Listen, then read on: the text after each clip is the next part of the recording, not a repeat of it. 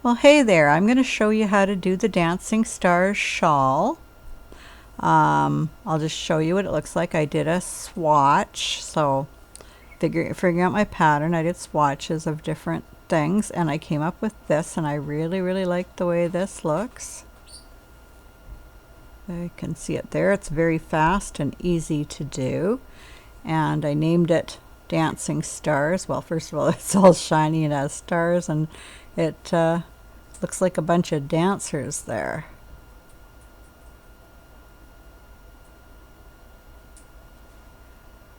Anyway, there's my swatch, and I'm doing it on a little bit wider gauge than I did my swatch because it rests like this and I want it just a little bit more lacy, more like that.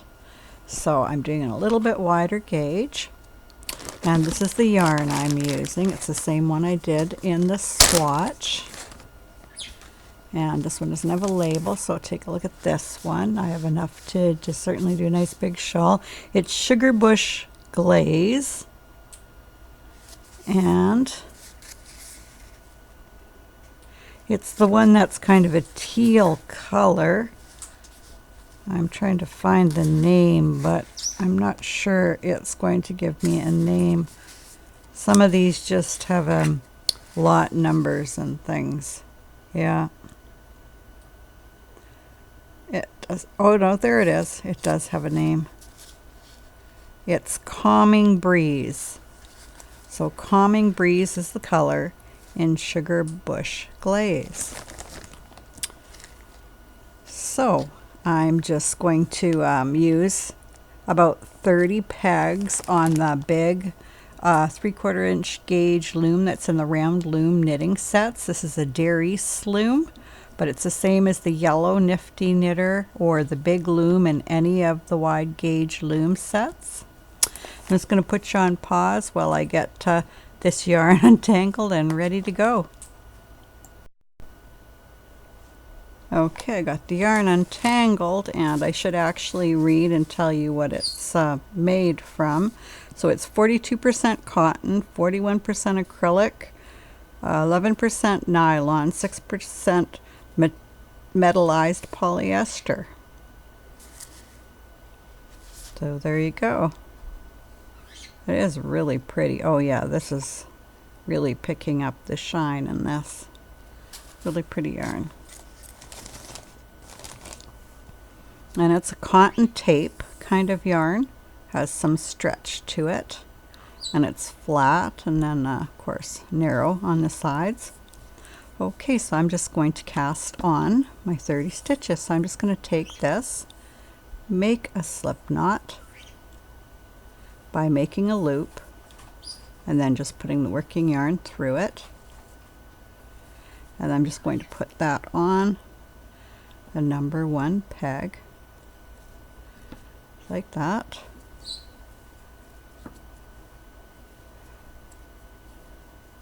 There we go, and then I'm just going to take the hook, put it under, and scoop up the working yarn and get a loop. I'm just going to take this loop and put it behind the second peg and put the working yarn through and tighten it. And at this point you can tighten that too. And then I'm just going to go around the whole loom doing the same thing, putting the loop behind the next peg, tightening it up, loop behind the next peg, working yarn through, tightening it up. And that's all there is to it. It's a crochet chain type of cast on.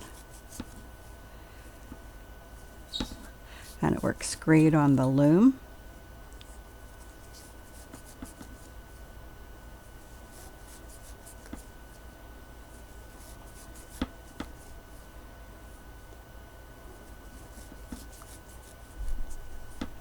Okay, we're almost there. It goes pretty fast.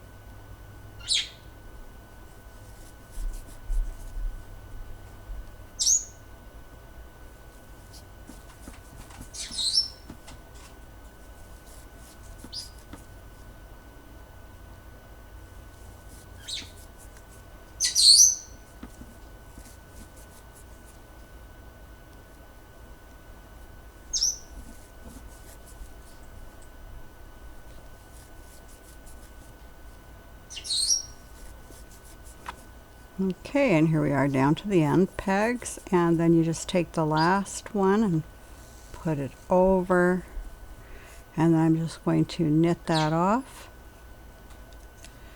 and tighten it, and then I'm just going to slip it back the first time. And now what we're going to do is 2 rows of the owl eye stitch. So I'm going to show you how to do my owl eye stitch.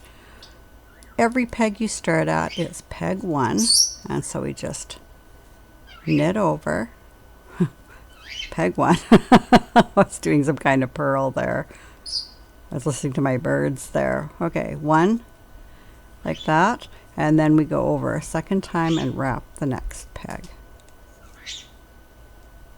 Just like that. Whatever peg you're at's peg 1. We go over peg 1 and 2 and knit it off, and we're on peg 1, we go over peg 1 and 2. On peg 1 we go over 1 and 2. On peg 1 we go over 1 and 2, and that's all there is to it. And we're going to do 2 rows of owl eye. 2 rows of owl eye is nice and it won't curl. So if you need to look at owl eye more, I have lots of things I did with the owl eye stitch on my channel, so you can take a look there. So I'll just put you on pause while I finish my 2 rows of owl eye. So I'll be going there, and then I'll be coming back, and I'll meet you back right there. Okay, I'm meeting at this corner instead of the corner I said, because I should show you how to do the corners. So here we come, we're doing owl eye. Go over 1 and the first peg of the corner. The corners are always going to be done this way, even when we're doing a different stitch. So we go over it. We are at peg 1, we go over 1 and 2 in the edge. This is my owl eye edge. And now we just turn around and come back, knit it over, and we take this one and just right back into owl eye. So that's how we do the corner. So I'll meet you up on the other end.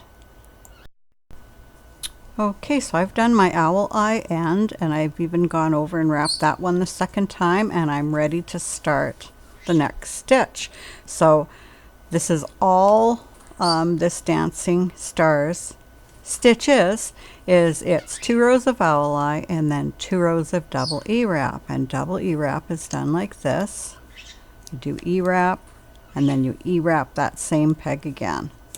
Go to the next peg, E-wrap, and then E-wrap it again. E-wrap, E-wrap it again. And so that's all you do. But what you want to do is you want to get familiar with what it looks like when you double E-wrap it. And when you double E-wrap it, here's what it looks like. You just look at how your stitches are there, and look at how your stitches are when you're doing the owl eye, so that if you put it down and you say, oh, which stitch was I doing, you know, what do I do? You can also tell by which way the yarn's going. Your E-wrap yarn is going this way. And your owl eye will, well, let's just do one with owl eye. I'll take them up. If you do your owl eye is towards the back, right? But either way, you can tell what it is by just undoing it. So I undo it, and then you can see as it unwinds that it's going the way the E-wrap goes. So that's another way to tell. So we'll do the double E-wrap. But just to help you if you get confused, you can also look at your stitches, but I would rather do it when we have a couple rows of E-wrap and not just the one.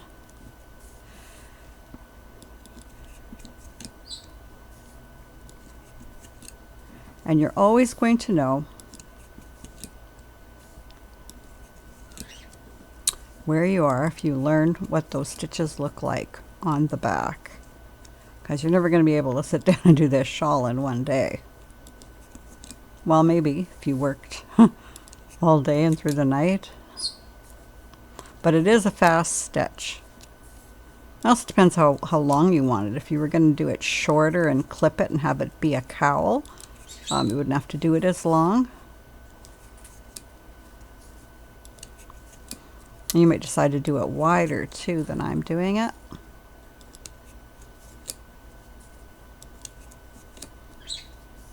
As you can see, the double E wrap is really fast and easy. So I'm just going to go ahead. We do our corners the same way. We do the owl eye stitch on the corners when we get there. Well, maybe I'll just go down to the corner and show you that and make sure you understand that. So that even when we're doing this double E wrap, we're still going to do the owl eye corner.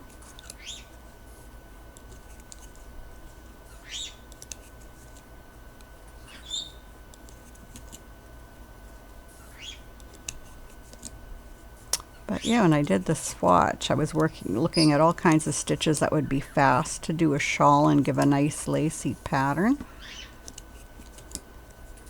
And I really like the combination of these two. I thought they looked really, really pretty. This may be cotton and good for the summer, but it'd be a nice one around Christmas time too with all the sparkle. Now that we've done the 2 stitches, we go over this end peg, that, knit it, and then come over it again like that. So our edges are always the same, and come back over it, and then give it its second knit, and we're ready to do our second row of the double E wrap. So that's all there is to it. So you're going to finish the second row, do your corners the same way, and then do 2 rows of owl eye again. So you're just going to keep doing that. And I'm just going to do a couple more so we can look at it, so you can see what the stitch looks like. Okay, so when you see this, you know you're doing your double E wrap.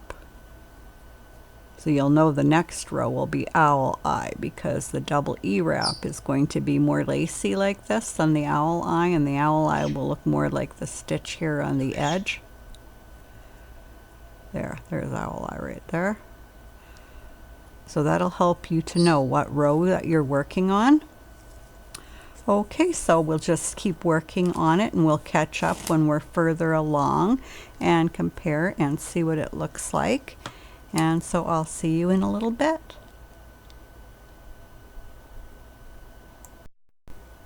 Okay, so I've gone just a little bit further, and now when we look up here, you can see that this is what owl eye looks like up here. Oh, a lot less lacy.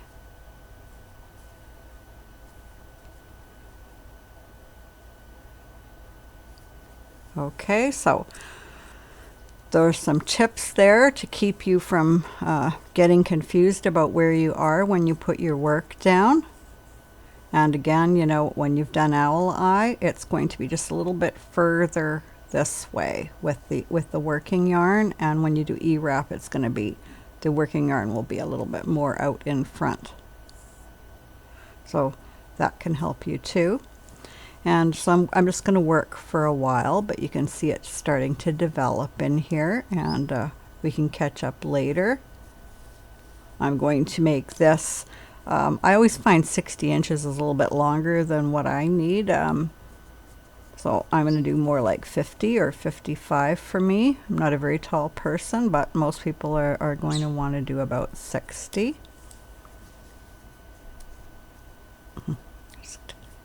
There we go. That got snagged on something. Just fixing up that end.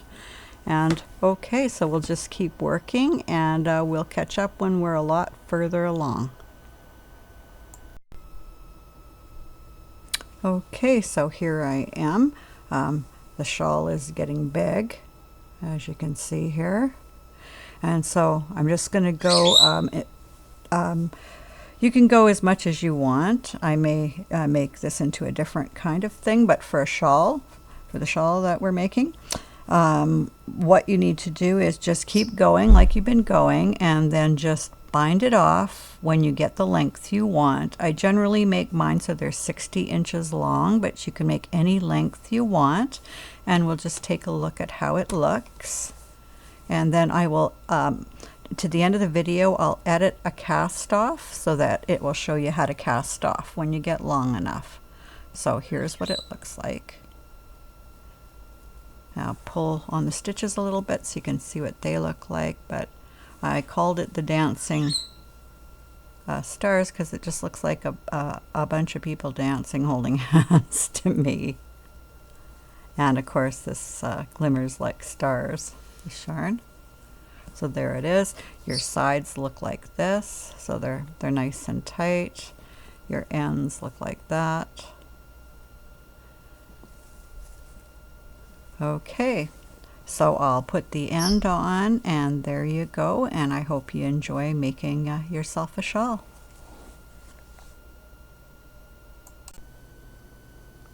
So now we will be binding off.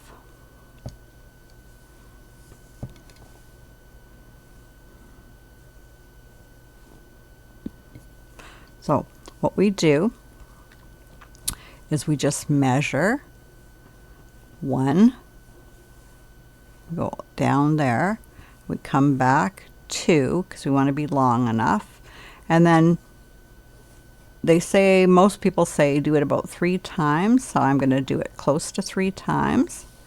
And I'm just going to put you on pause because I have to find a scissors and a needle. So I'll be right back. Okay, so I'm going to cut it right here. There we go, and I have my needle.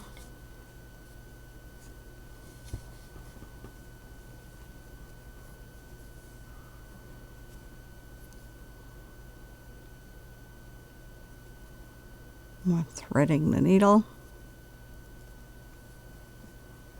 Okay, and I'm just going to give this a little tug here so it's not too loose. And then I'm going to come over here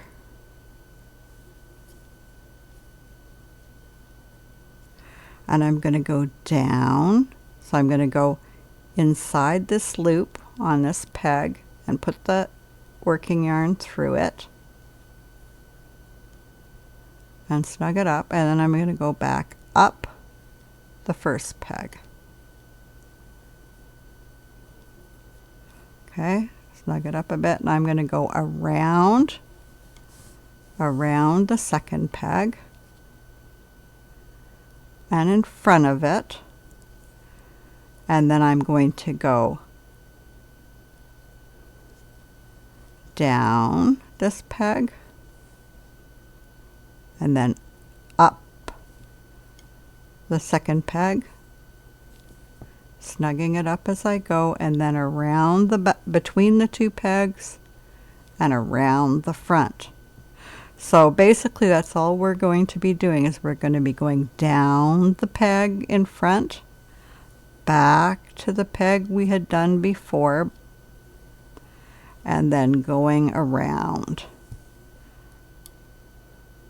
So down the peg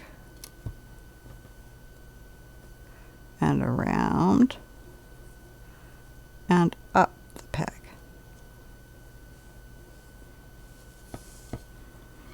And around,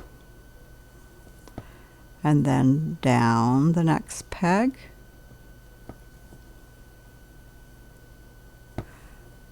up the peg before. We'll just get this close right now, and we're always pulling it tight, and then between the 2 pegs we just did, around, and then we'll be going down this next peg, making sure the working yarn doesn't get all hung up the peg before, and around, tightening it as I go, down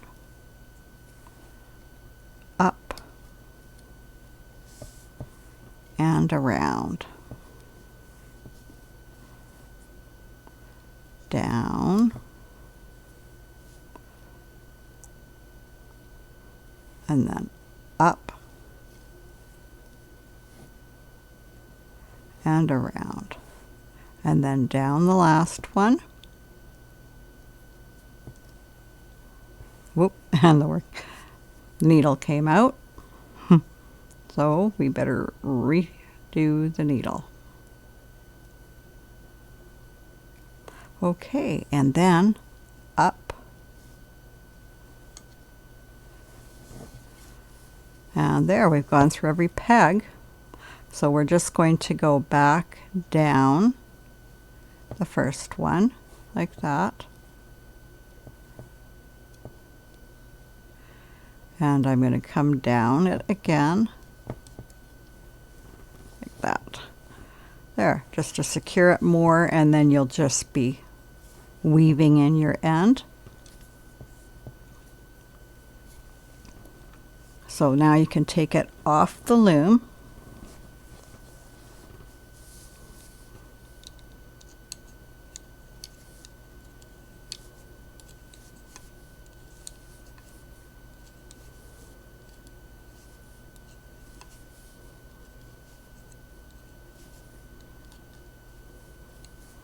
Okay.